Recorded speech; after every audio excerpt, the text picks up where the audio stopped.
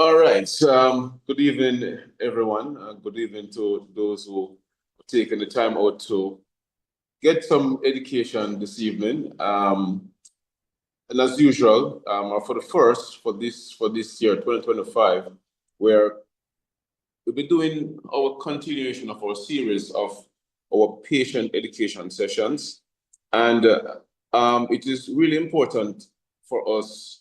It's important to me that you, our patients, our customers, are educated about anything that regards to your health. And it's a passion for me. It's something that I really enjoy doing, something that I like to do because I want my patients to become educated patients. And by becoming educated patients, you are better patients. And so this evening we'll be talking about a topic that I get in the pharmacy very often. And a lot of customers, a lot of patients do come to the pharmacy and they always ask for something to let them sleep better. And I can understand because sleep is such an important part of our daily activities. And some persons tend to bypass the importance of good sleep. And not only good sleep, but I would like to say you can sleep, almost everybody sleep, but are you having healthy sleep? And so this evening, I will be speaking to you and presenting to you on how can I have better sleep. And while doing the presentation, I will invite you to also send in your questions. You can send your questions on our YouTube channel, or you can, those who are here by Zoom, you can also send your Zoom questions in the Zoom chat. And if you also want to send any questions on our WhatsApp, you can send me a WhatsApp at 472-8218. All right, so let's go into it. So this evening, how can I have better sleep? That is so important. And so before we start, let's look at what is sleep. And it's something that we do every day, but we don't know what sleep is. And so for us to understand how to have better sleep, then we need to understand what sleep is. So by definition, sleep is a state that is characterized by changes in brainwave activity, breathing, heart rate, body temperature, and other physiological functions. So what does this mean really? What does this really mean? So sleep really is a period of reduced activity. So when there are changes in brainwave activity, so the brain becomes less active in terms of, doing your normal day-to-day activities, going around, walking around, being engaged with the environment and being engaged with the friends at work.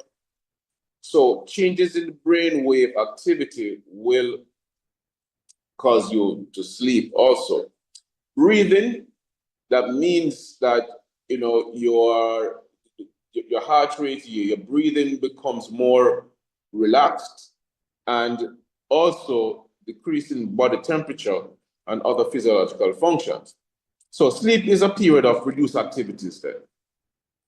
Sleep is also associated with typical body posture, such as laying down with eyes closed. Well, in human beings, we do that.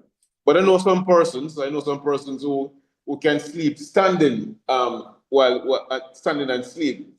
I remember a couple of years ago, I was at in Oche, was at a function. Let's call it that, a function. And a friend of mine, he was standing right beside the speaker box, and the box was blaring out, and he was sleeping in front of the box, and he was standing. Now, I don't know how he did it, but he did it. He wasn't laying down, and he wasn't, in a curled up position or anything like that. He was just standing there sleeping. So sleep can happen, but But typically, we look at your body posture, and so that is one way of enhancing, if you're sleeping better. Some people sleep on their side, some people sleep on their back, some people sleep on their tummy. And there are so many ways that people sleep in different body posture. And also, depending on the body posture, that will also determine how you feel when you wake up in the morning also. So sleep, with your body posture does also, characterize your sleep. Sleep also results in a decreased responsiveness to external stimuli. So therefore,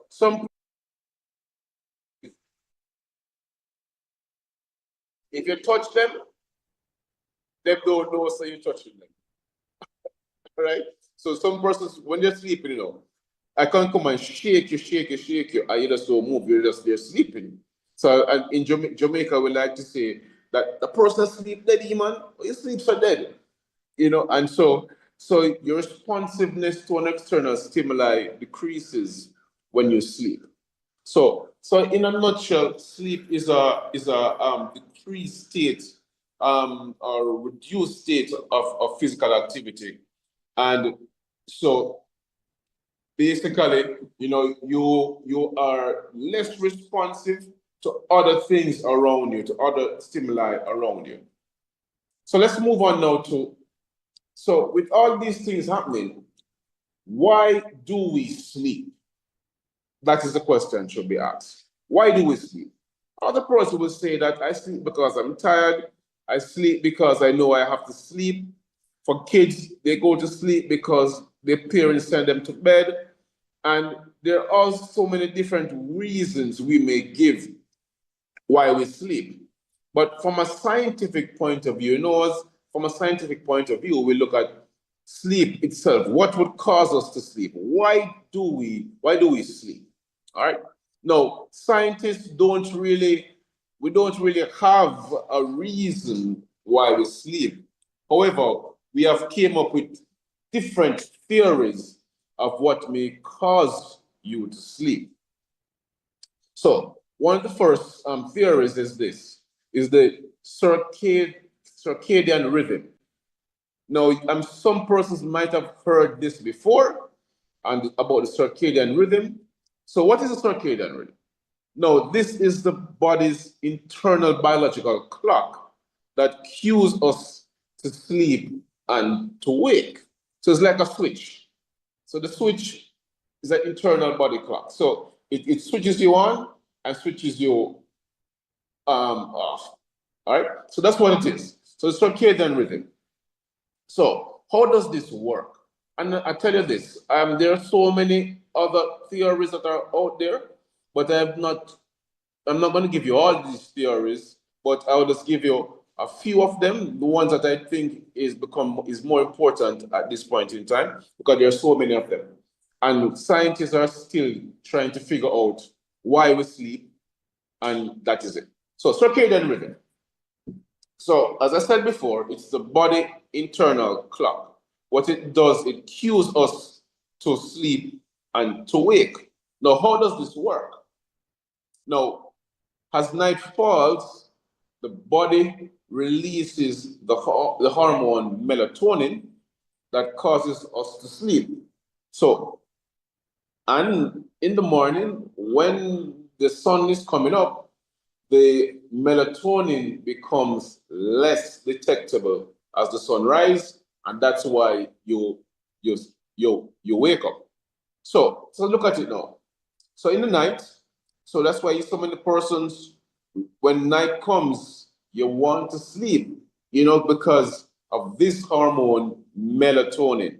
So just remember that one. Melatonin is the hormone that the body produces as the night falls, and which stimulates you to want to go to sleep. So with this increased amount of the hormone melatonin, then we are more likely to sleep. So you may ask a question then, so what about those who go to party? What about those who work in the night? What about those persons who are on the night shift and all of that. Those who work in the nights and those who party a lot and so on. But so why does melatonin affect these persons? Of course, the melatonin is there, but the circadian rhythm has been disrupted. That is why you might find that they may not sleep when it comes to the nighttime. So importantly, what causes us to sleep, one of the theories that causes us to sleep is the circadian rhythm. Don't get it twisted. Don't be turned off by these big words. You know, scientists use these words and in our realm. So that's one of the theories. Now, another one is what we call restorative theory. Now, sleep provides an opportunity for the body to restore itself. Major restorative functions in the body, like muscle growth, tissue repair, protein synthesis, and growth hormone release occur mostly or in most times during sleep. All right. So restorative. So sleep is a form or is one way that the body restores itself. All right. So during sleep, we get more restorative functions. And so that's why you might find, as the C states there, the release of growth hormones, the release of the protein synthesis, muscle repair, muscle growth, and all that. So that's why, for example, like athletes, when they get any damage or any muscular injury, whether by playing football or doing track and field or playing basketball or netball, it is always recommended. That's why they always recommend that you rest, because during this time that the body starts to repair itself, right? Babies, if you look at it, we mentioned about the release of growth hormones. Babies sleep a lot. Why do they sleep a lot? Because while sleeping, there's the release of growth hormones. And so that is why they sleep so much, for them to grow. So allow them, let them sleep, and they will grow. Now, another theory or another reason why we sleep, and this is going to a bit of chemistry now, and just to give a little understanding. And again, don't be confused by these words that I might use, but these are what we need to know. A byproduct of wakefulness, right, is the release of a chemical named adenosine. Now, what is adenosine? Now, during the day, when cellular activities, when the cells are, when you're around about and around about, the cells metabolize and release adenosine. Now, adenosine is a very important chemical, because what it does, when there's a lot of adenosine in the body, it leads to the perception of tiredness. So this chemical, so whenever you start feeling tired, whenever you start feeling sleepy or droopy or anything at all, like anything that will cause you to sleep, just know this. It's the release of this hormone or this chemical, named adenosine.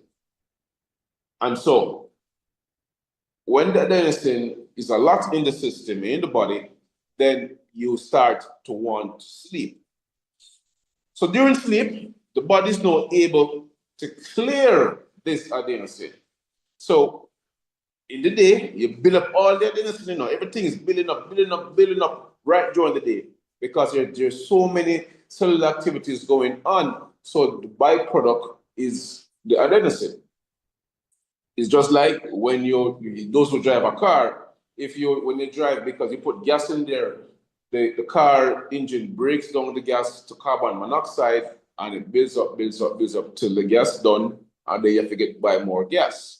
Now it's the same way. The body builds up a lot of adenosine, and in the nighttime, it starts to clear all this adenosine.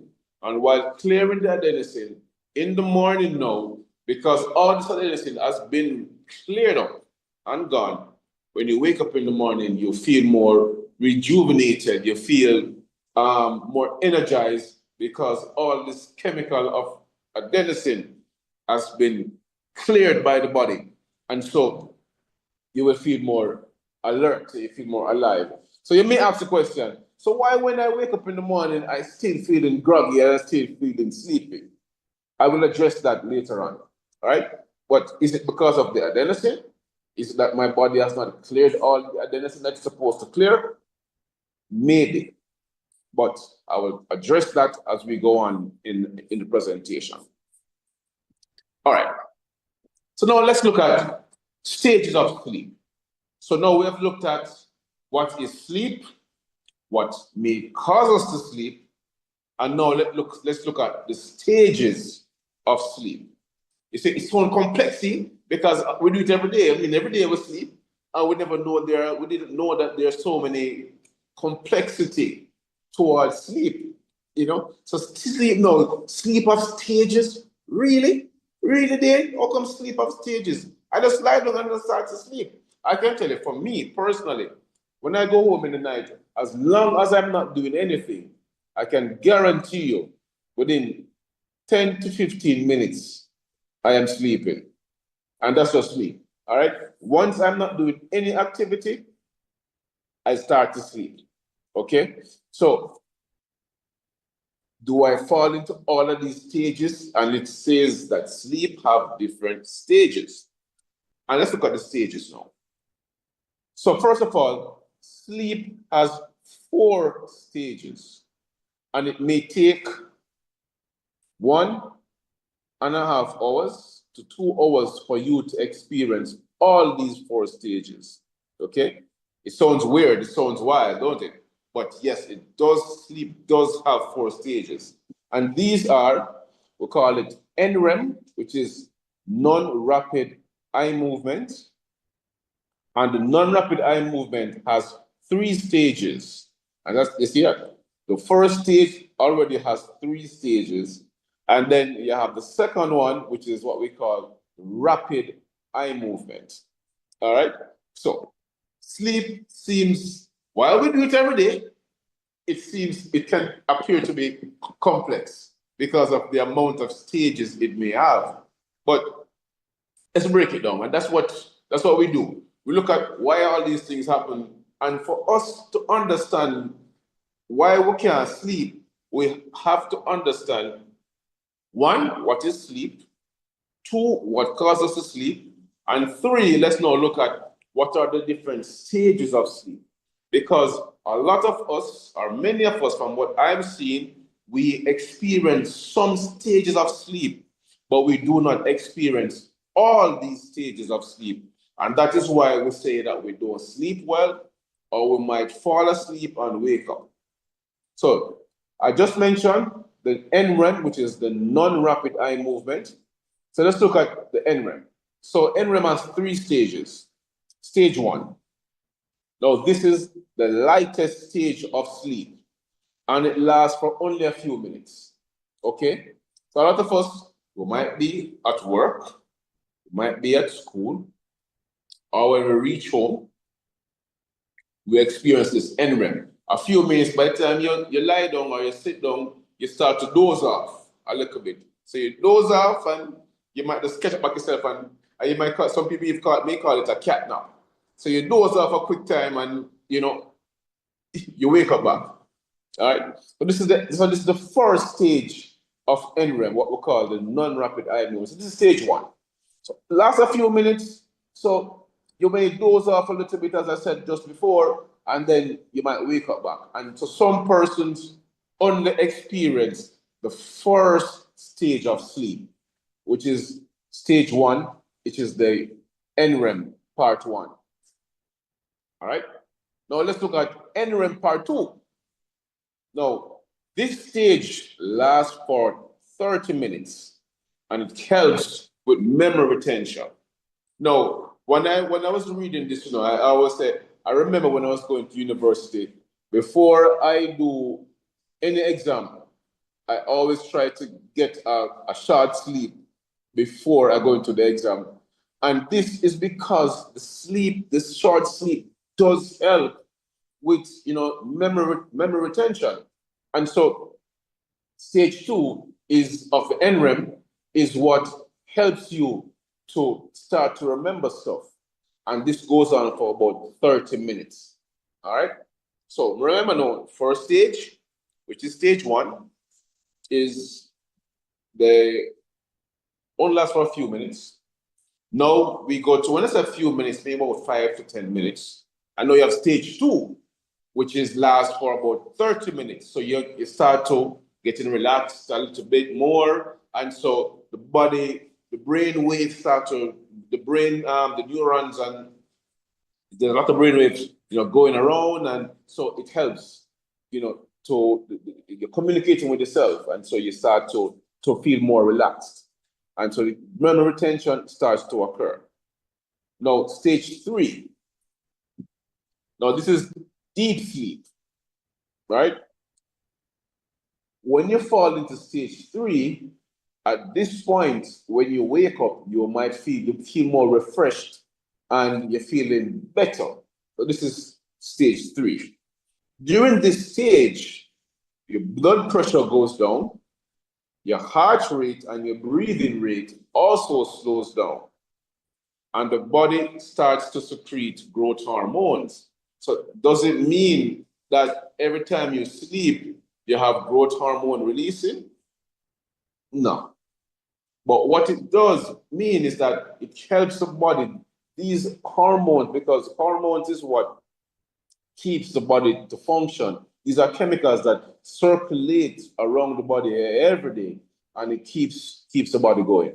And so stage 3, which is of the non-rapid eye movement, is a very important stage, because this is when you now fall into deep sleep, because deep sleep is what is so important to keep you going, all right, and keep you rejuvenated.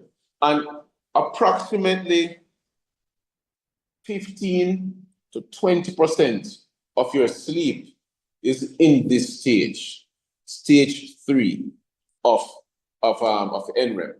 And so it's very important that we understand these stages of sleep, because it helps from us to understand how we can help you to let you have better sleep. So for those who are on the live or on Zoom or on YouTube, I'm sure you're starting to relate to some of this that is going on, and that I'm relating to you now, because while you might know, so you just go and fall asleep, but the different stages of sleep, how important are these? So after we've now passed the NREM on all 3 stages, let's now go into REM, which is rapid eye movement. Now, this occurs for 20 to 25% of regular sleep. All right? 20 to 25% of your regular sleep is rapid eye movement. And so this is now when you're going into the other stage of sleep.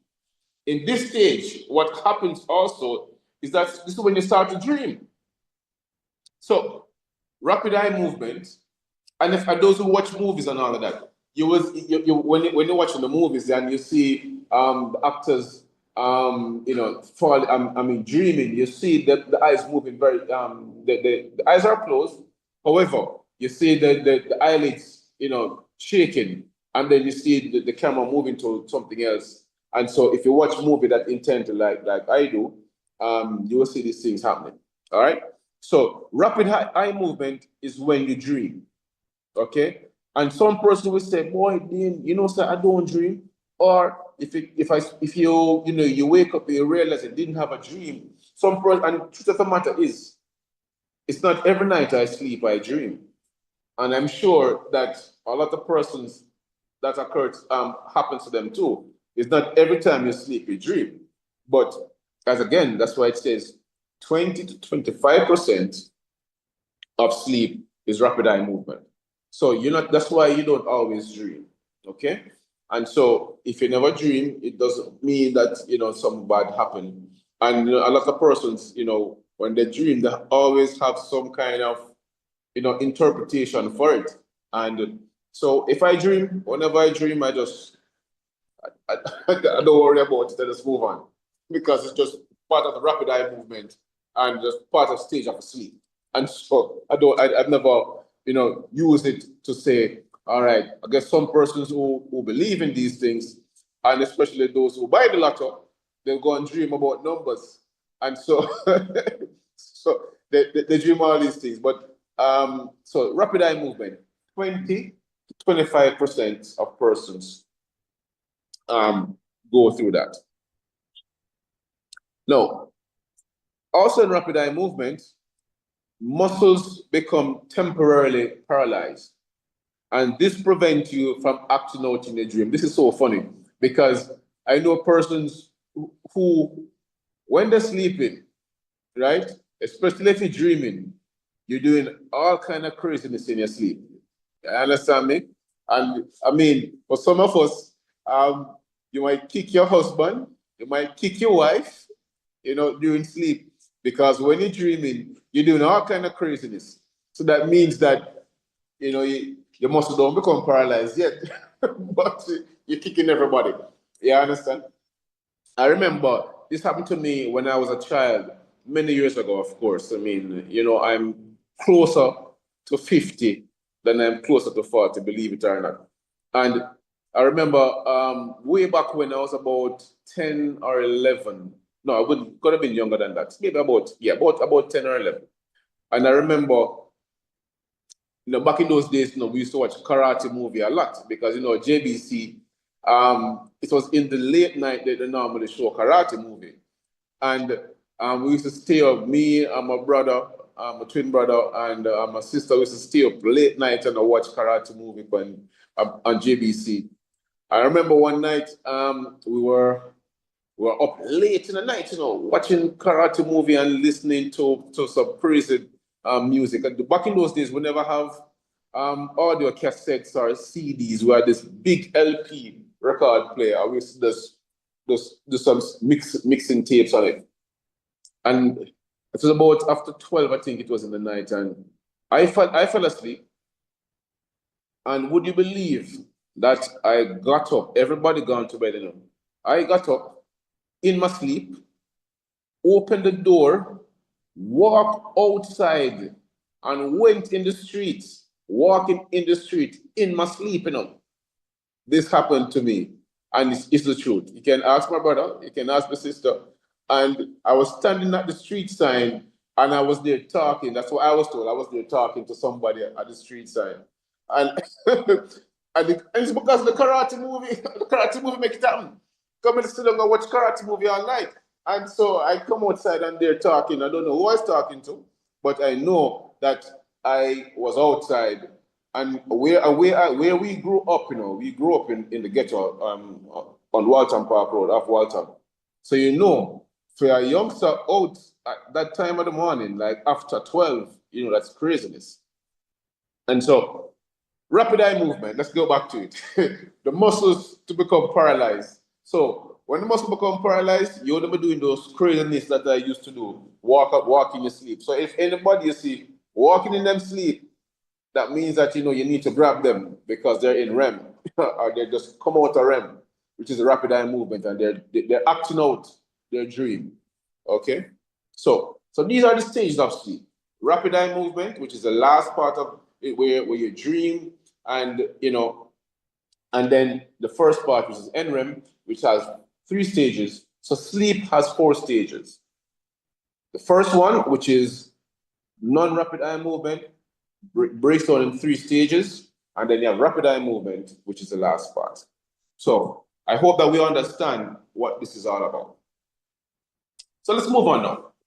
So know that sleep has 3 stages or 4 stages. How then is sleep regulated? How is sleep regulated? That is a very important question to ask. How is sleep regulated? Now, the transition between wakefulness and sleep are controlled and regulated by the brain. However, sleep is also strongly influenced by external factors such as light and temperature. This is important to understand because you fall asleep, but you also have to wake. So there has to be a regulation between wakefulness and sleep. So the brain is the one that controls, or is that part of the body that controls everything. It controls this in several ways. And so the sleep has to be regulated. What else regulates sleep? There's a drive to sleep, and which is from our and our internal body clock. So these two things also helps to regulate sleep. So how does this work then? Now, during the early part of your sleep, there's a drive to sleep, something that pushes you. Go on your bed. You know, that's what it does. It pushes you to say, go sleep. You know, it's like as a child, you don't want to sleep, So it's like your mother pushes you, or your father pushes you, go on your bed. Go on your bed. You understand? That's what the drive phase is. The drive phase is what prompts you and is what pushes you to sleep. Okay? Now, this part also doesn't last forever. This part lasts for 4 hours, or at least 4 hours this will last for. So you find that the drive phase is just like an athlete, okay? The athletes, those sprinters, when they're running, Usain Bolt, Asafa Paul, is what they call the fastest part, or the most important part of the race is your drive phase. So your drive phase is the part that pushes you to get ahead of everybody. So your drive phase have to be very, very good. So now, the drive phase of sleep is what pushes you to sleep. Again, as I said, this may last for about 4 hours. Then after the 4 hours, the body internal clock takes over and then starts sending messages to the brain to keep the sleep going. So it's the same thing. So again, let's use the athlete again. The athlete, when you're in the drive phase, after you come out of your drive phase, and most persons will tell that the drive phase is about 40 meters. Okay? Likewise, your drive phase in sleep is 4 hours. So your drive phase, and then after that, then it's your momentum that carries you through. And that is what the internal clock does. So after you've gone through the drive phase of sleep, then the internal clock takes over and starts sending messages to the brain. Keep the sleep going, keep the sleep going. Unfortunately, some persons, after 4 hours, you wake up back and you don't want to sleep again. Okay? It's because the internal clock is not functioning properly, so it doesn't enable you to continue to sleep. And so this is important. That's why I'm mentioning these things, because I'm sure there are persons who are relating to these things or these happenings to them, because you sleep for a couple of hours, but then you wake up back and then you can't sleep again. And so it's important to understand that the stages of sleep and the regulations or the regulatory part of your sleep and what happens during this time.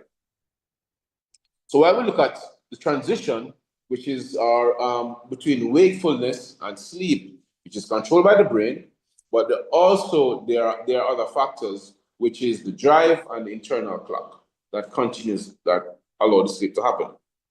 There are also external factors that may regulate how you sleep. Okay, for those who drink coffee a lot, like myself, I drink coffee every morning, pretty much. Okay, so I drink coffee all the time. Artificial light and air travel can also alter when and how well we sleep by influencing sensitive systems that regulate sleep and wakefulness. So those who travel like Oliver, who travel very regular, you see, your sleep pattern will be regulated. You will have problem sleeping. So when you travel, and why this happens is because you're traveling into different time zones. And because they're in different time zones, it will affect how you sleep. Also, those who drink coffee a lot, like me, your sleep might be regulated because of the amount of cups of coffee that you drink. So if you drinking 10 cups of coffee a day, or if you're going to be drinking a liter of coffee at one point in time, then how you sleep or your sleep is regulated will also change. All right. And just to mention, earlier we mentioned about I don't know if you remember it, but I did mention about a chemical named adenosine, which is what, when that builds up, is what causes you to sleep. But guess what? Coffee that you drink, not the singer, coffee that you drink will block the activity of adenosine. And that is the reason when you drink coffee, it keeps you alert because it blocks the chemical adenosine. It blocks the activity of adenosine. All right? And so remember that word adenosine and coffee. So coffee blocks adenosine. Adenosine is what makes you sleep. If there's a buildup of adenosine, it makes you sleep. All right? So artificial light, I don't know. Some persons have to sleep in a light. If there's no light around them, they don't sleep. I know my daughter is like that. I think whenever she's going to bed, there has to be some kind of light around her to let her sleep. For me, I once I'm going to sleep, I don't want no light around me. I just want the place to be dark, and I will sleep well. So light can affect or help to affect the how you sleep. Sorry. So bear these in mind. How your sleep is regulated is the brain is what controls wakefulness and sleep, drives the sleep, and the internal body clock also controls how you sleep, and certain external factors may affect how you sleep. So, as I mentioned before, coffee, light, and air travel. If you're traveling all the time, it will affect how you sleep. So it affects these systems around you. So I'm sure you're relating to all of these things that I'm talking about as it comes to sleep. So let's recap really quickly. We start off with defining what is sleep, which is when the body is not active. We also looked at what are the stages of sleep. We also look at how is sleep regulated. And so let's now look at how much sleep do we need? How much sleep do you need? All right? How much sleep do you need? You can answer that question for yourself. How much sleep do I need? All right? For me, I personally, if I get 5 to 6 hours of sleep, I'm good. Some persons need more than that, to stay awake or to be functioning properly. But the question is, how much sleep is good sleep? I'm asking you these guys now. You can respond by telling me in the chat, telling me how much sleep do you think is good sleep? Right? You can always respond. Send the answers. Say how much sleep do you think is good sleep? Let's look at the chart that I provided here. Now we've broken it down into different ages and to show you how much sleep each person needs. So infant, so those 4 to 12 months old, these people need 12 to 16 hours of sleep a day. And that is the exact reason we see babies sleeping so much. And remember, we said earlier that during sleep, growth hormones are released. And so the more sleep the infant gets, then the more growth hormone is released. And that is why they grow rapidly at this age. So allow them to sleep. I know a lot of persons when they have the babies around and all that, especially the grandmothers, them not saying, "Oh, you sleep so much, man. You sleep too much, man. I want to wake up the picnic." Allow the child and let them sleep. The child, 4 months to 12 months, let them sleep. All right. So 12 to 16 hours of sleep. So basically, that's the entire day that they're going to be sleeping for. Now, a toddler, a young toddler, 1 to 2 years old, but they still need a lot of sleep. I know a lot of kids at that age, they're very active, running up and down and all that. Maybe not urban or maybe creeping and doing all kind of activities. They still need a lot of sleep. They need at least 11 to 14 hours of sleep. The child is still growing. So while the child is growing, they need the sleep because the sleep will help, as I said earlier, to release growth hormones.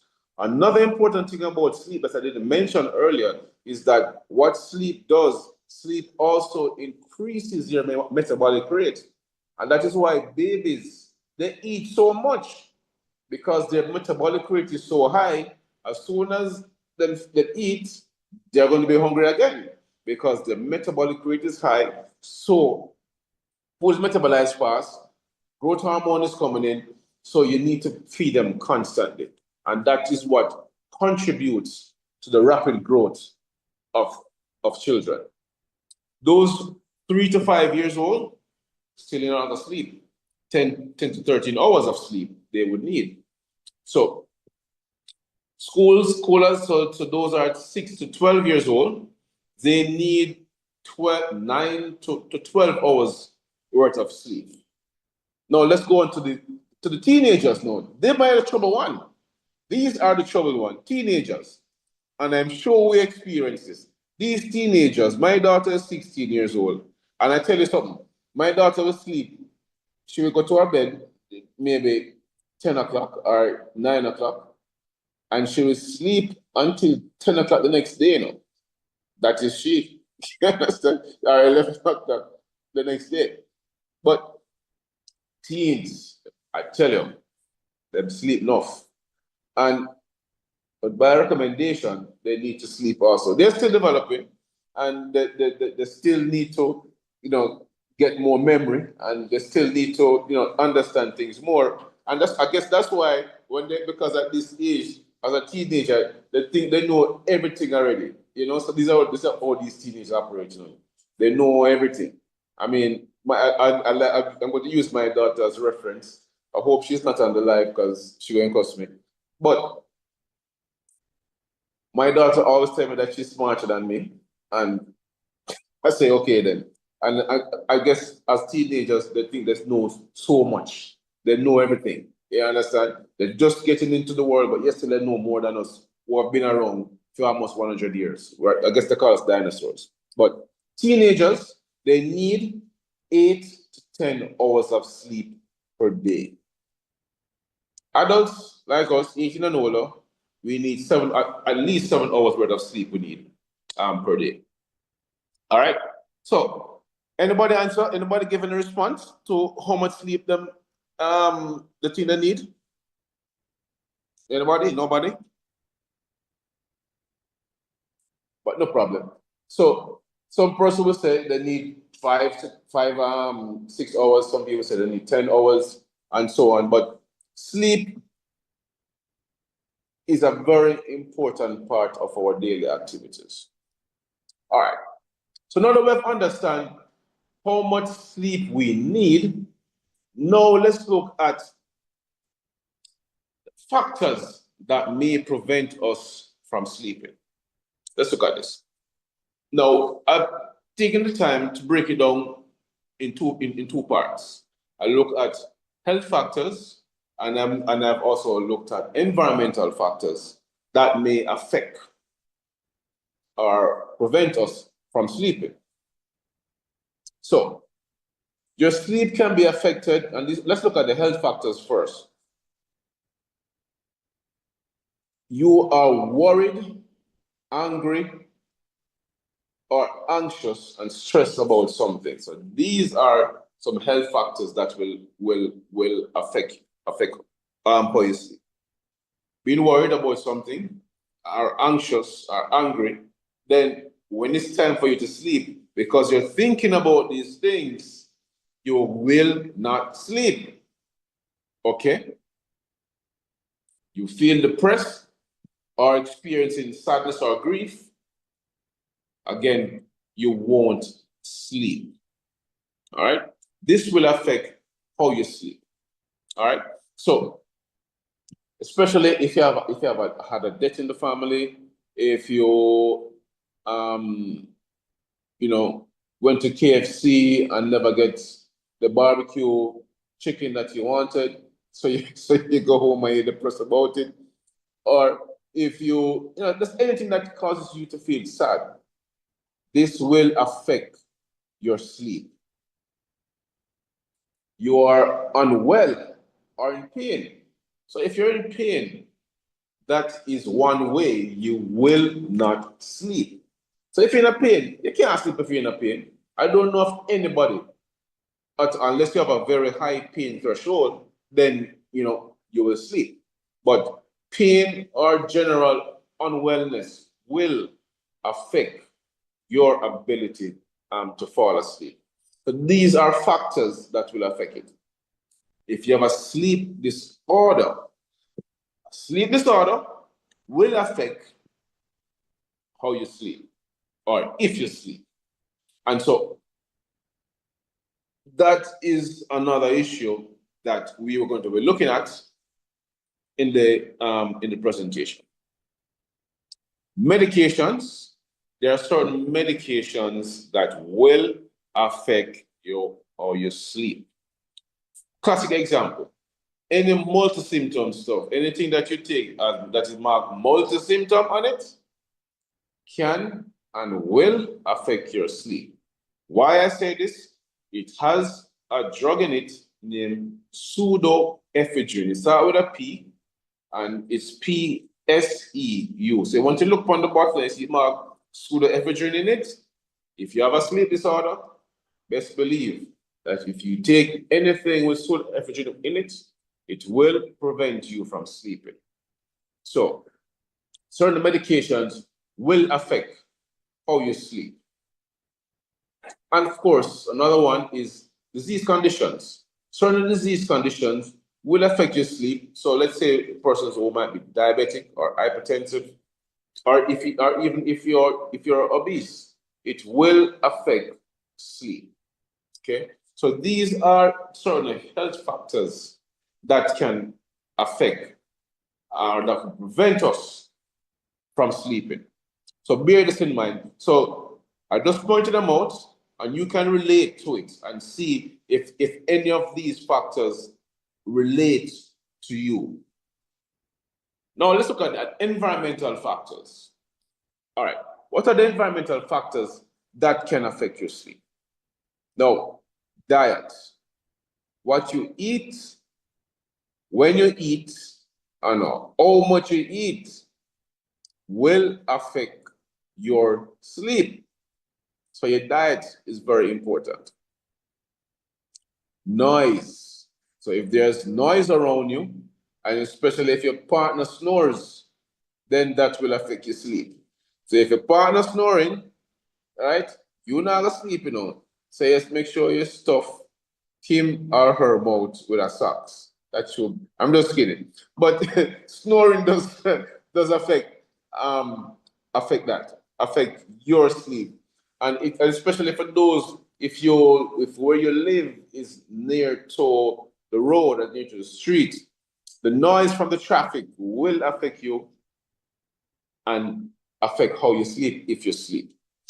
Exposure to light. Now, if there's a lot of light around you, and just bear this in mind, I'm not saying it will affect everybody, but you should take note of these factors and see if any of these factors relates to you and if it affects you on how you sleep. So some persons love light around them and makes them sleep, while other persons don't want any light around them, and that's why they sleep. Okay? So exposure to light can affect you to sleep. Certain stimulants, as I mentioned earlier, like coffee, will affect how you sleep. Alcohol can also affect how you sleep too. For some persons, it put them to sleep. For some persons, it makes them stay awake because it acts as a stimulant. So persons who get drunk, of course, the alcohol is not going to prevent them from sleep, for sure, but it make them sleep. All right. So we look at these things. Jet lag. If you're jet lagged, right? So again, I mentioned earlier about those persons who travel a lot. So being jet lagged will affect how you sleep, and that is it. That's why we look at the environmental factors that may influence how you sleep. And for those of us who might work on a shift system, some of us work on a shift system that affects your sleep also. All right. But again, identifying these factors and see how best you can treat these factors to make you sleep. So before we go any further, let's do a quick recap. We spoke about sleep. We spoke about the stages of sleep. We spoke about the regulation, what regulates our sleep. We spoke about how much sleep do you need. And now we look at what are the factors that prevent us from sleeping. Now, let's go into another aspect of sleep, and is what are the effects of lack of sleep? What are these effects? So, not getting enough sleep can lead to many, many problems. It affects how we function on a daily basis. Therefore, sleep is important. Therefore, it's important to have restful sleep. So during the day, if you don't sleep well, when you come to work in the morning or whenever you go to work, if you did not get enough sleep, then it will affect you. Okay? So let's look at what are the effects of lack of sleep or not having enough sleep. What are these effects? First one, it suppresses your immune system, all right?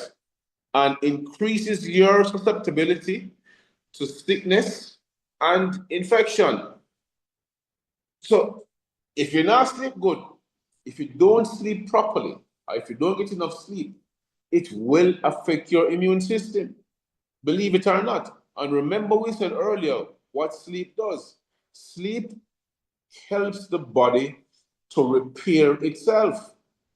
And so, if you do not get enough sleep, then you will have a breakdown of your immune system. So, what that means is that it will be harder for your body to heal itself.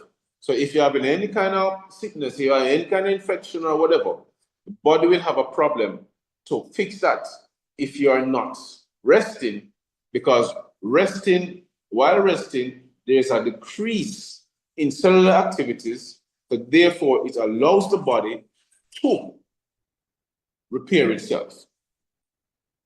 All right. Now, another effect of lack of sleep is the increased risk of developing heart problems, type 2 diabetes, and high blood pressure. As simple as you see it, lack of sleep will cause these things to happen. All right, so we need to improve our sleep because we want to prevent these things from happening. We want to prevent heart problems from happening. We want to prevent development of type 2 diabetes. And why do we say this? Why type 2? Why these kind of conditions may happen for sleep if you're not getting enough sleep? Because your metabolism, I just get tongue-tied, your metabolism decreases. And if your metabolic rate decreases, especially for those who are diabetic, it will affect insulin production. It will affect that.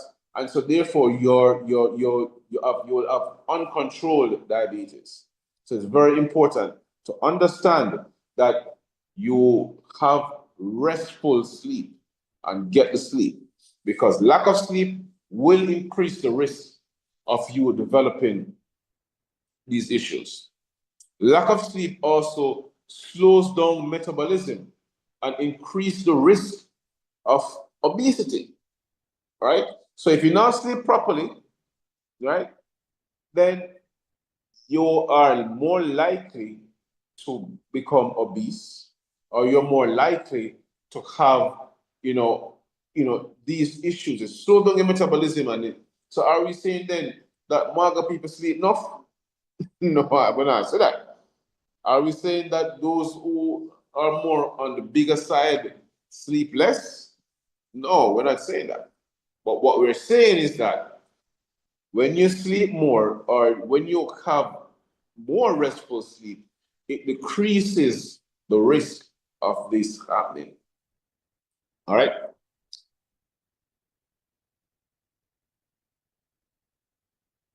What else can happen from lack of sleep? It may lead to depression and anxiety. And so if you're not sleeping properly, then of course it will affect you. So you become anxious, you become agitated, you become restless, and all of these things start to happen to you when you don't have enough sleep. And when you do not get enough sleep, these things will happen to you.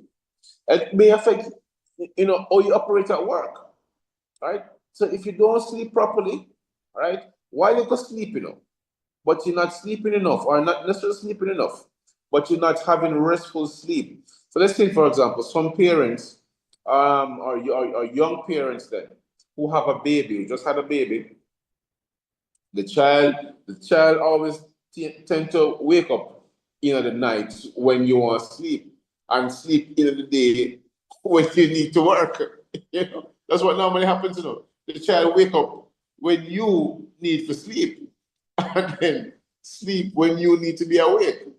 And so, it affects you in that kind of way, right? So lack of sleep causes all of these things to happen. So quick recap: suppresses the immune system, increase the risk of you developing heart problems, it increases the risk of you developing high blood pressure and diabetes. It slows down metabolism. So if your metabolic rate slows down, therefore it increases the risk of you becoming obese. All right? So lack of sleep causes these problems. So it becomes now more important, and for us now to understand, what do I need then to do to prevent all of these things happening, and for me to have better sleep. So what do I have to do to have better sleep? And we'll call it sleep hygiene, or if you want to call it sleep hygiene. What is important?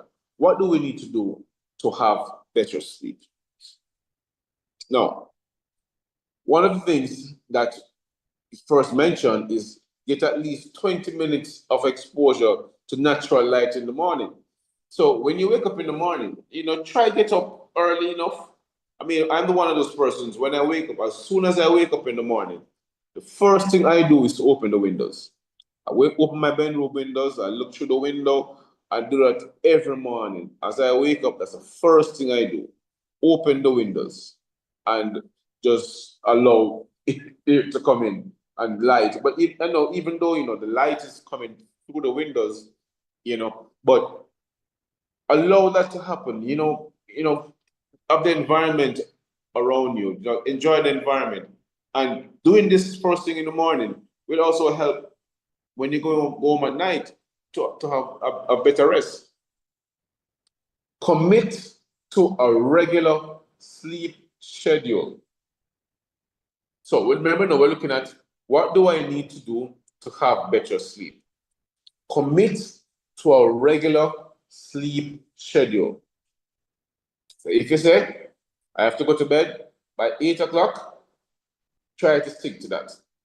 If you have to go to bed by 6 o'clock, try and stick to that. If you have to go to bed 10 o'clock in the night, try and stick to that. So create that sleeping schedule that will help you to have better sleep. So what this does not, guys, it helps to develop that what we spoke about earlier about the circadian rhythm. It helps to develop that circadian rhythm because it helps the body know to regulate. So, okay, this is sleep time, and so it starts to prepare the body for sleep. Okay, so it's very important that you, if you know that you're having sleep problems and you want to have better sleep, you have set aside a set time that you go to sleep. Adapt. Another thing that we need to do to improve our sleep is to adapt a relaxing bedtime routine. Now, people nowadays, when them forgot them bed, everybody depend TikTok, them depend social media, they're watching movie, they're doing all kind of things, right? And because they're doing all of these things, this is not relaxing. That's not anything relaxing to help you to sleep. So that is one of the reasons you have the sleep problem, because you do not do relaxing things. So for you to have better sleep, these are three things that I just highlighted. Let me do it over very quickly. Get at least 20 minutes of exposure to natural light. Commit to regular sleep schedule. So have a sleep schedule that you're committed to and keep that going.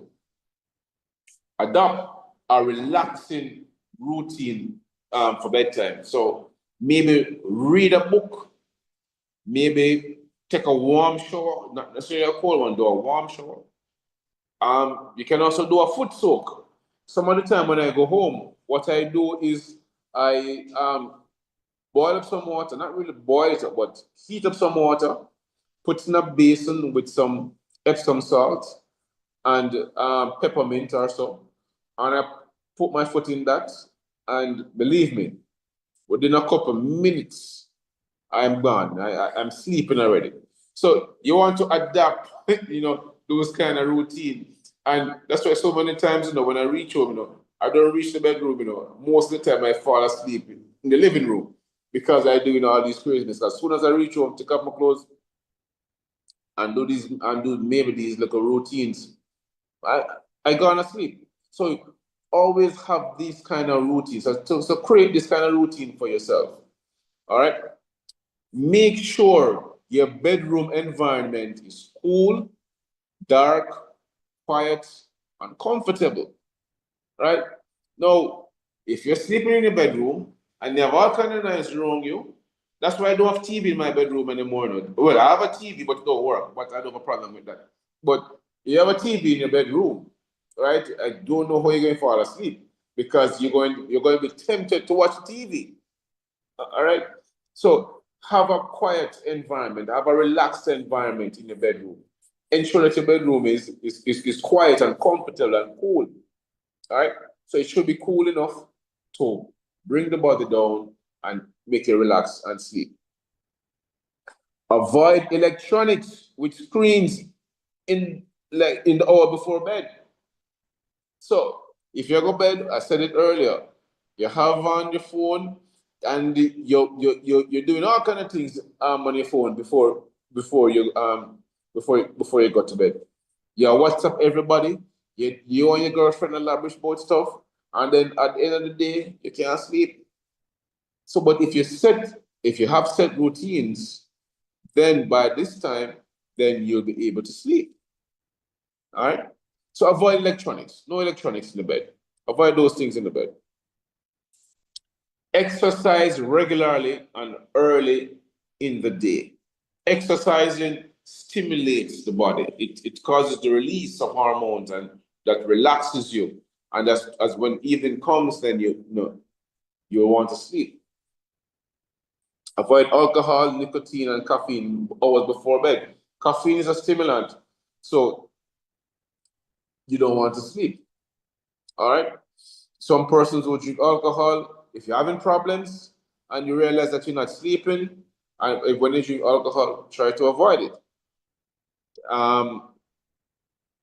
So these things, look at it, look at these pointers I'm giving you, and see which one of them, relates to you more.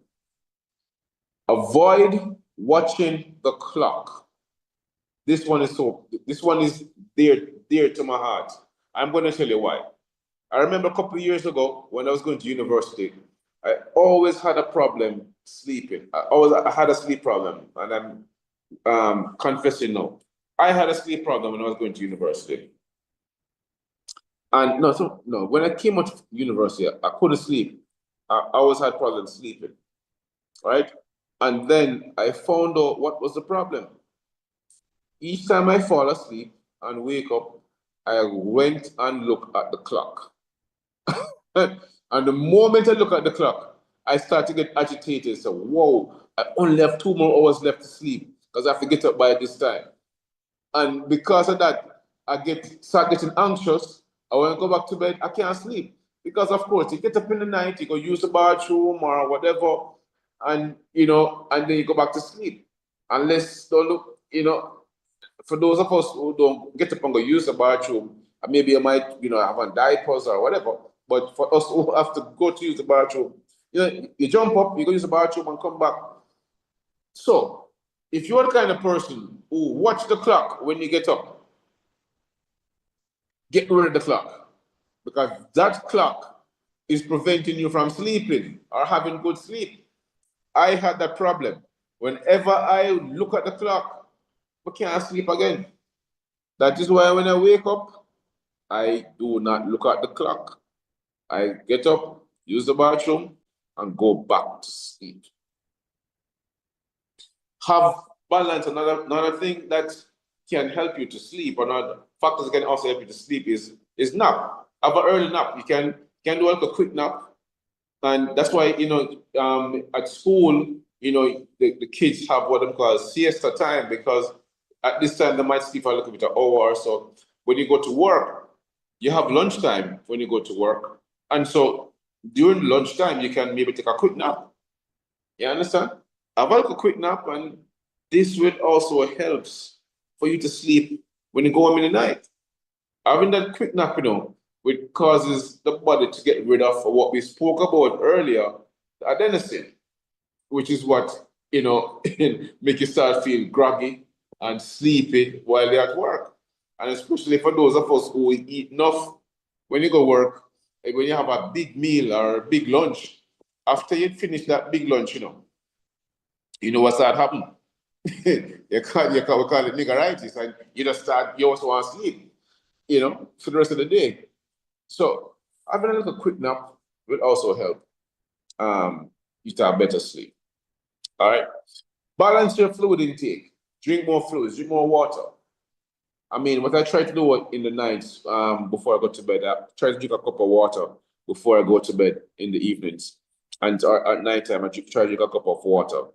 And it does help me, because I tell you this, every morning I get up, I wake up every morning exactly 5:45 every morning, because I train my body to do that. I can be out late at night, come back home 2 o'clock in the morning, fall asleep, and I guarantee you, once I don't have to go to work, I'm back up by 5:45 or 6 o'clock.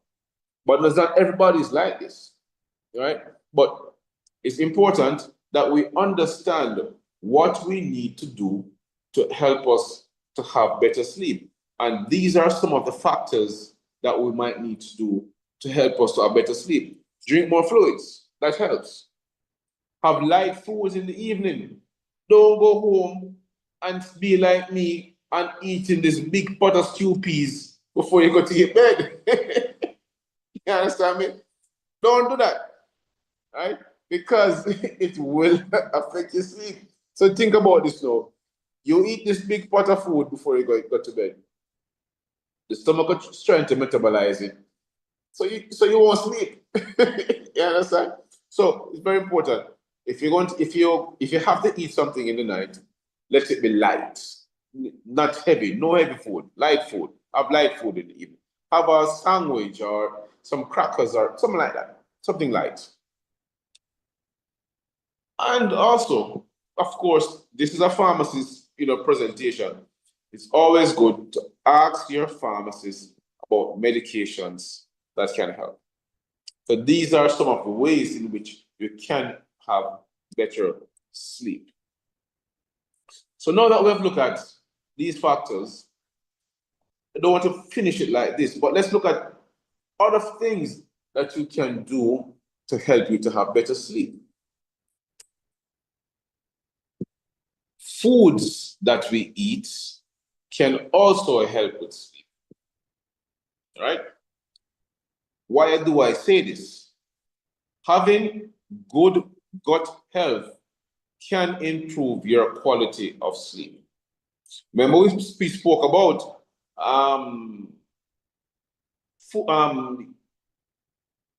during sleep, the body metabolizes, the metabolism increases during sleep. And so having good gut health will help to make your sleep better. So there are some foods that can help to improve good gut health and by extension improve your quality of sleep. What are some of these foods? Cherries.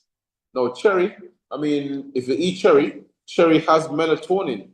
And remember we said the hormone in the evenings, the body starts to release melatonin, the hormone melatonin. Therefore, cherry, right? When I talk cherry juice, when I talk cherry, right?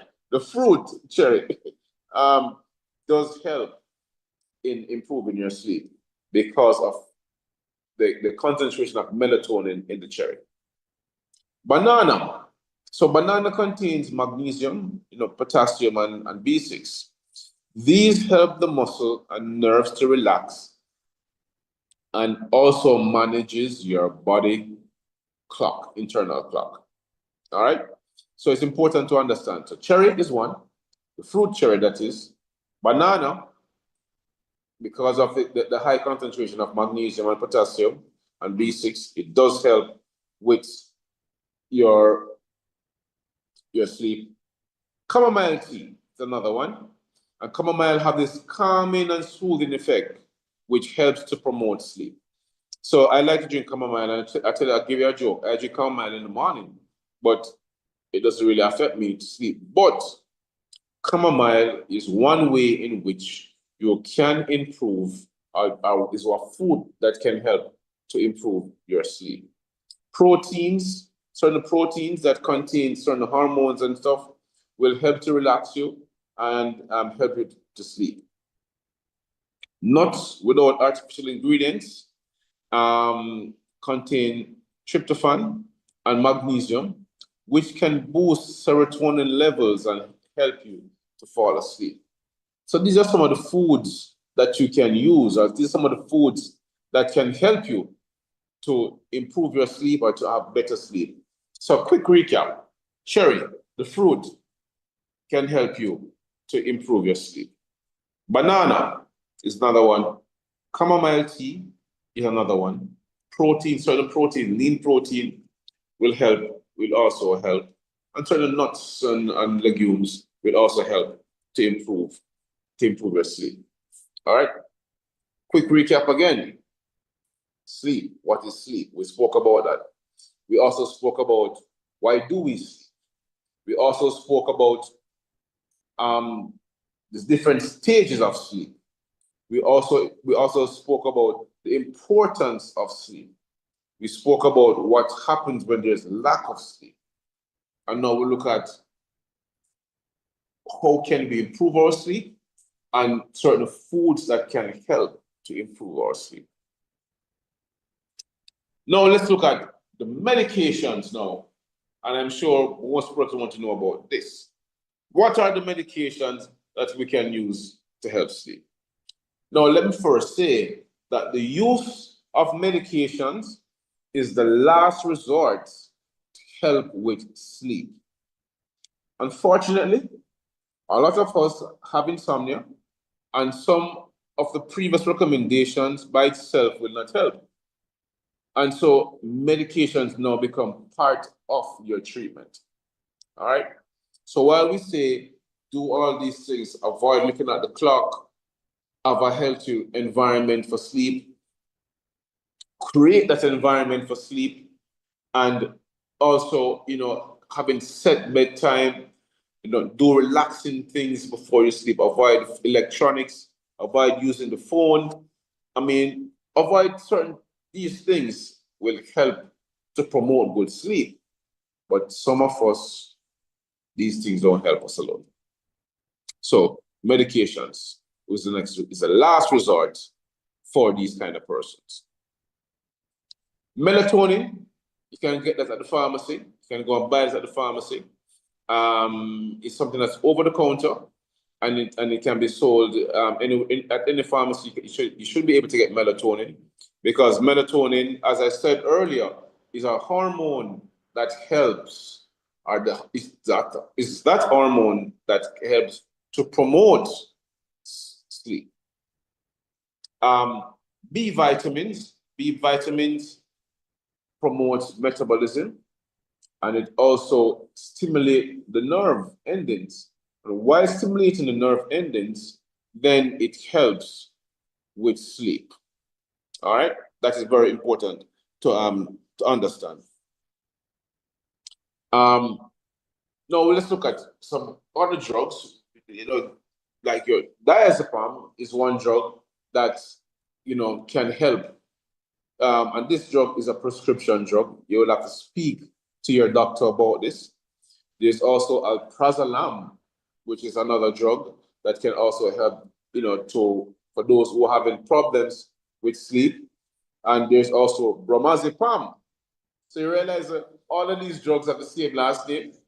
You have diazepam, you have alprazolam, you have bromazepam. So you also have another one named midazolam. So all of these, any these medications, let's give you a little trick. If you see any medication with a last name, PAM,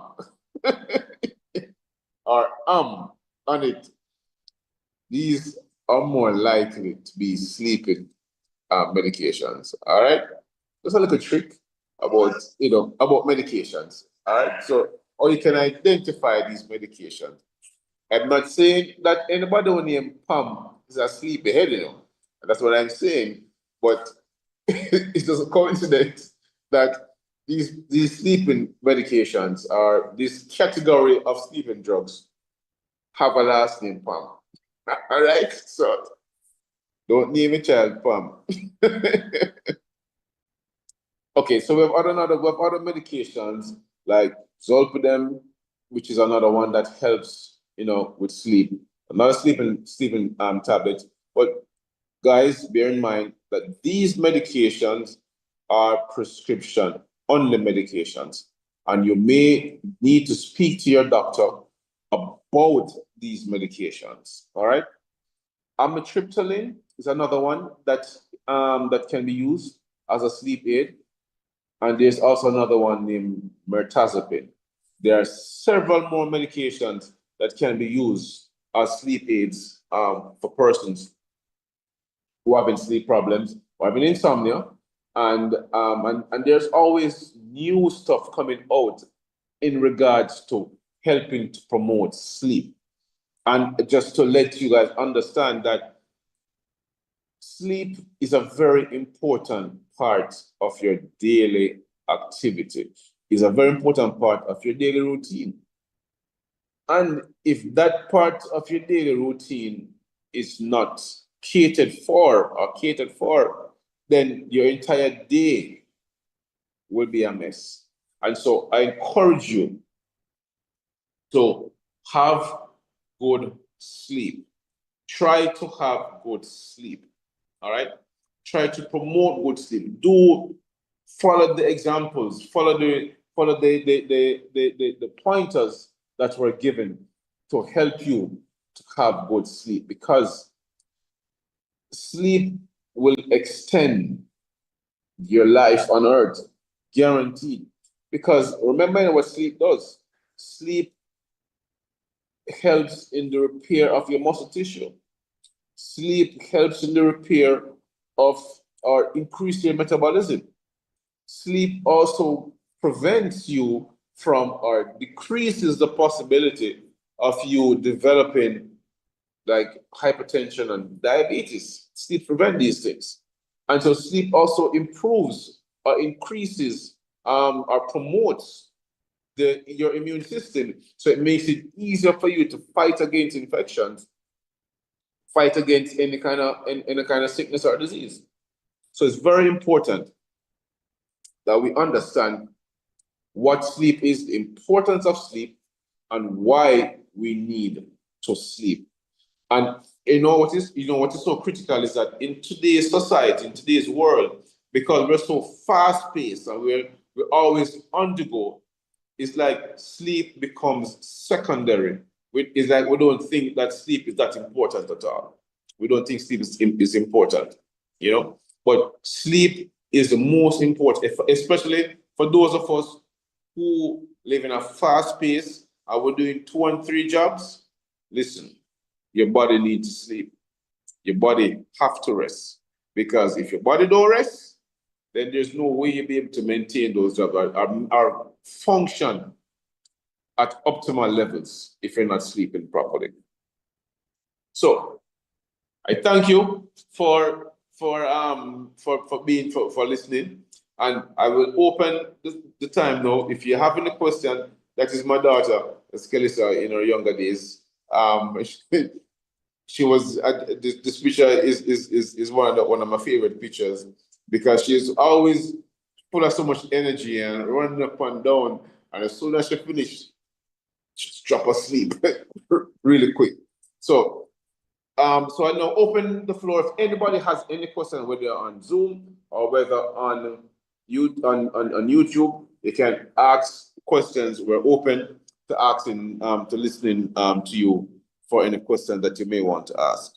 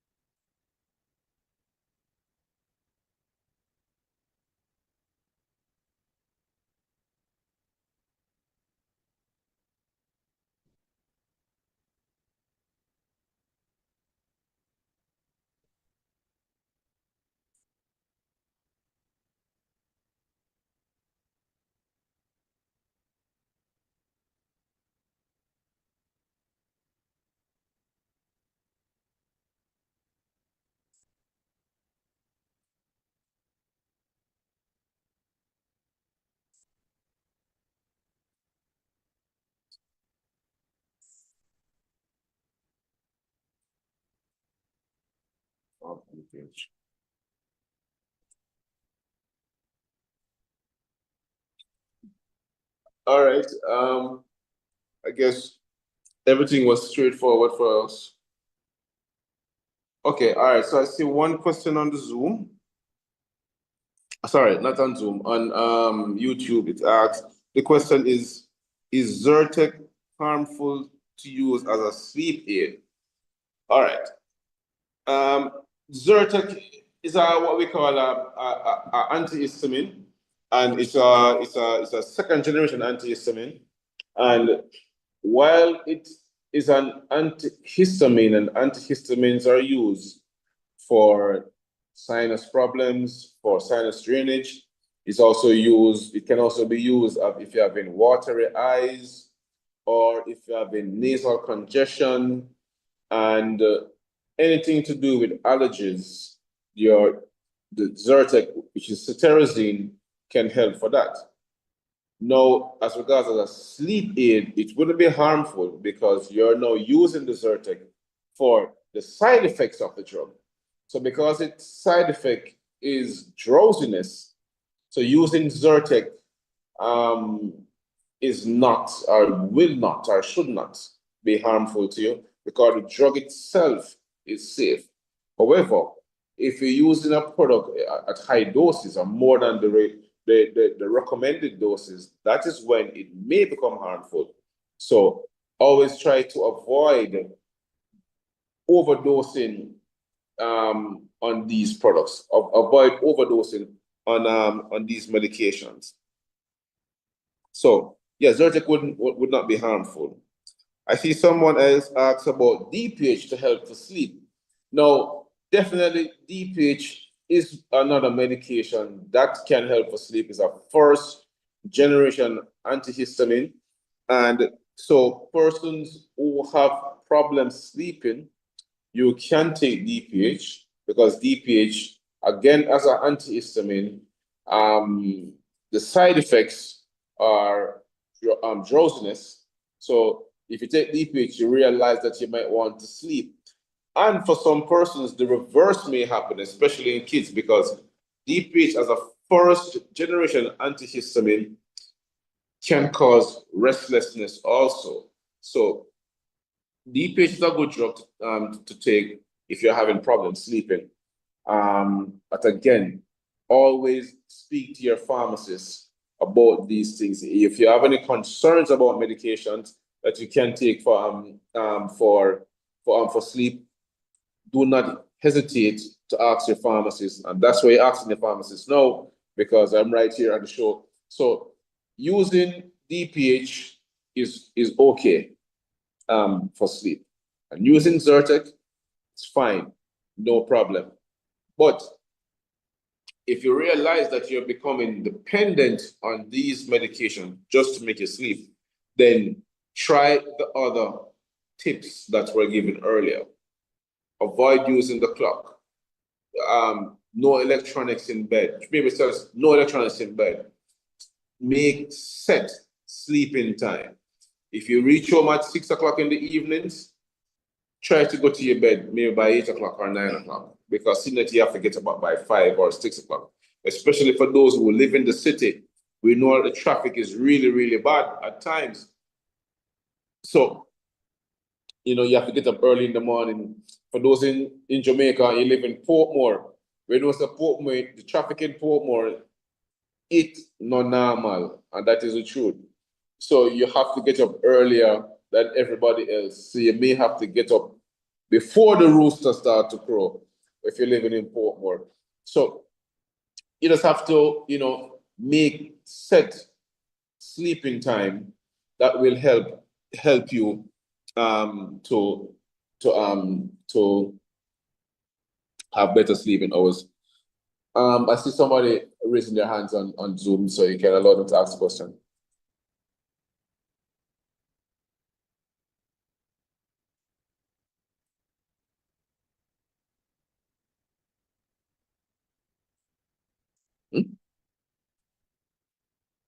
I don't know what to do.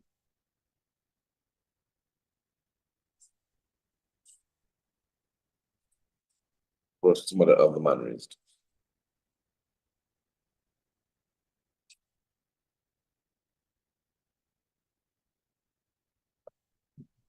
No, the other man is here. Allow them to talk. Yeah.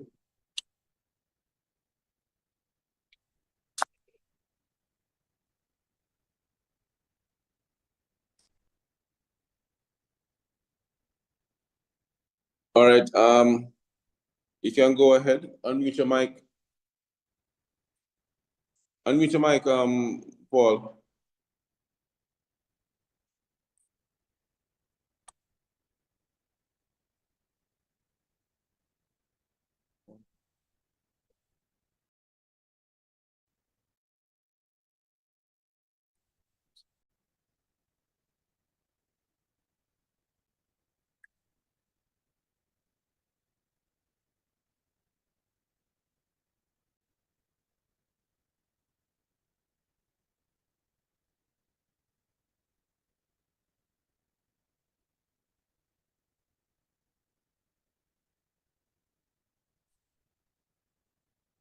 All right, so it's a question. All right, so I have a question here asking, why is my 8-month-old daughter not sleeping as long as she should? All right. I don't know. First of all, how long do you want her to sleep? That's the first question. Is she sleeping the 12 to 14 hours that she's supposed to sleep? That's one. Two, is it a case whereby she is in you're not giving her enough food in the night for her to sleep, better. But maybe she should try with some DPH then. But yeah, but I mean, kids at that age, they like to sleep, and they should be sleeping. And I guess this is maybe an exception for some persons in that, or some kids in that they don't fall asleep readily, and so they may require some kind of stimulant to put them to sleep. And so I would recommend that if the child is restless and not sleeping, then maybe just give them milk, and the milk should come, because the milk acts as a calmative. So you could some more milk should help that child, and to make them sleep better.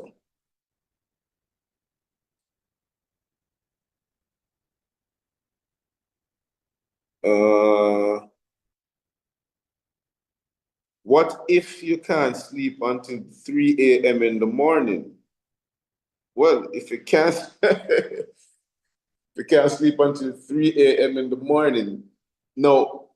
If you have tried all the tips that were pointed out before, and you realize that at 3 o'clock or 2 o'clock in the morning you wake up, then maybe what you need to do is to go to bed later.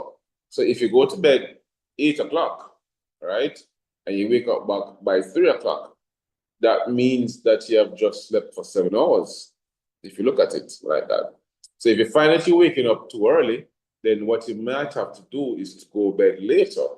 And if you go to bed later, then you will get up at that time. So that's why I say set sleeping hours, set sleeping time, and that will help to make you have better sleep. All right, so that is important to understand.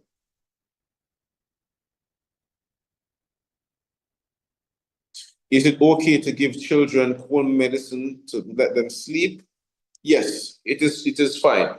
Just bear in mind that sometimes some of these medications, it may cause the reverse to happen for the kids. So instead of putting them to sleep, it may cause them to be more restless. All right. So you have to bear that in mind also. Okay. All right. So Paul is back. So Paul, I'm going to ask you to unmute your mic so you can go ahead and ask your question.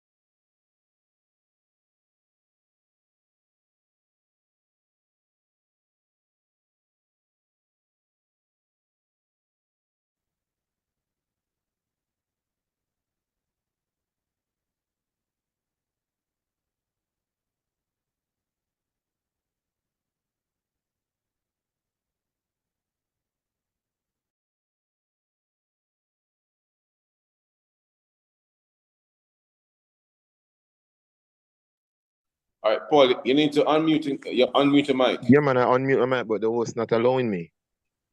Oh, yeah, go ahead. You hearing me now? Yes, go ahead. Oh, excellent. Excellent presentation, Sarti. And it's a very topical issue as it relates to sleep. What I've found in recent times that practically every Jamaican at some point in their life has developed some form of sleep disorder. And I'm a little bit taken aback as to some of the reasons that contribute to that, and also how some of these medical practitioners approach sleep. Um, I don't think they spend time to investigate the causative agents or the reasons why these persons are having difficulty sleeping or sleeping effectively. It's not that they're not sleeping, but they're not sleeping effectively. And try to address those before trying to sugarcoat it with all kind of these palms, as you said earlier on. Right. And seeing patients on alprazolam once a day for a month, repeat times 7, repeat times 8. It's ridiculous. People Right. sleep again and so. And sometimes the problem is simply, right? I've discovered even with my own self, just the room environment. That's how I put it. The room environment. There are certain things that induce sleep, certain factors or certain conditions in a room that will cause you to sleep properly. The temperature, Right. one, the light intensity of the room is another thing. And it might sound funny sometimes the person beside you, the companion. I mean, right? Your engagement prior to sleeping, and your mindset, that's another thing, right? So these are factors. So what I do in my practice, by the way, I'm a pharmacist. So what I do in my practice is that I try to go to, the root cause, uh, the factors that contribute to some of these persons not sleeping. I mean, sometimes you need a quick fix, depends on how long the person has been, deprived of sleep. Right. But the long-term effect is to try and see if I can find things, lifestyle changes, stuff around that can enhance natural stuff that can enhance sleep, as you alluded or not alluded but mentioned some of the teas, certain exercise. I encourage people certain exercise prior to sleeping, a warm shower, if there's AC in a room, gauge the temperature. You said no device in bed. I'm not showing me no device because some persons have devices in their bed. I don't know which one. Electronic device. Like cell phone you're referring to, then? Yes. All right. So the rules and other stuff, I mean, is acceptable. But at the end of the day, then, what you realize is that even just your cable box in your room with your television, your charger lights, these little lights can be annoying, You sometimes you look in your room and it's like, it's like Christmas again. You have little red lights, little green lights, little blue lights, these things all around. So we have to try and eliminate these things. That's one. Two, we're in a stressful world, as you rightly say. If sleeping properly or effectively is becoming an issue because you mentioned about the traffic, the stress level, and you're coming on trying to prepare because the night's already short, get everything intact. Sometimes you know that when you're extremely tired, you can't fall asleep. That's another thing, People think that when you're extremely tired, you can fall asleep and get effective sleep. No, so you have to devise means and ways of trying to know how you sleep because sleeping is not a standard thing for everybody. The way you go about sleeping or getting effective sleeping or adequate sleep is different as it varies from individual to individual. So I take an individual on their basis and try to zone in on them and see how I can help them. I'm no sleep expert, but I do some reading from personal experience, etc. And try to see if I can approach it from a non-medical excuse me point of view. But overall, it's an excellent presentation. The topic is welcoming, and I must say that I hope a lot of persons did tune in and participate and ask a question because I think it's becoming a problem in Jamaica or an issue. The words see the problem. Paul, now that I have you on, I mean, what do you think about, I always encourage, because I see a lot of, especially young females who having the sleep issue. And I tend to, well, they tease it as a joke, but jokingly, I always tell them that, maybe you need to have some kind of companion in the bed with you, like a teddy bear. If not teddy bear, helps to relax. Some people use them comparative cushion. I mean, that wouldn't work for me, but each to their own. But a live blanket is always recommended, right? Sometimes the truth is, it might sound funny the way I'm presenting it, but I'm on the ground, and when I say company, a lot of people going to bed with people that they really don't fancy, that they're not comfortable with, and that will affect their state. Mhm. Trust them at number one. When you have that individual in your bed that you're comfortable with and so on, then it's fine, you'll come from. And it doesn't mean we're talking about sexual intercourse. Just the way you hug, Yeah, cuddle up, whatever. That itself is comfort in to you. Like all the different, endorphins and the dopamines and the this and the that, they keep flowing. And that itself will put you to bed. true. And for persons who are responsible, encourage them to have sex there. That is a good sleep aid. Mhm. That's a big thing and a break down bed and mash up room and so. Just a little thing. Not really. For as long as you reach that point, you will sleep and sleep well too.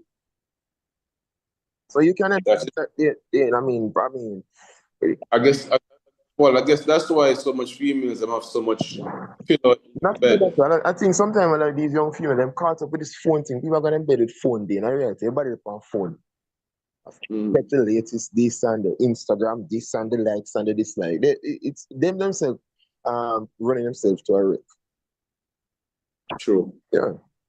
And we might not like it, but a little alcohol sometimes can. I mean, depends. A little wine can aid. I'm not saying that every night it must be something habitual, but sometimes a little wine can help. I agree. I don't disagree on that one. But So these are things that we look at. Reading, I find for some people it helps.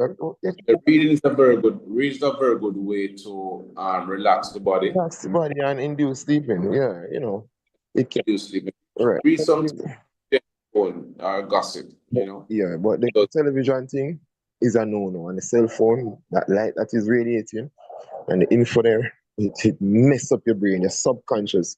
Sometimes you want to sleep, and because of the things that will last see, they keep having this play over in our head while we're sleeping subconsciously. So try to have a healthy way of divorcing yourself from some of these things, flushing your system, putting things on hold. It come with practice anyway before you go to sleep. okay. All right. Thanks again, Paul. No problem, boss.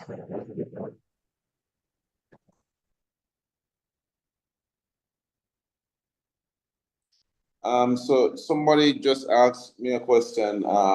Can the color paint in the room affect sleep? Well, yes, it can. If you're having bright colors in the room, I'm sure that those bright colors can affect because it changes the mood of the room. And as we said earlier, that your bedroom should be one in which it provides relaxation. And so that will, if the colors are too bright, then it will affect, how you sleep. Also, how late is too late for coffee um, to drink? Well, for some persons, I guess it depends.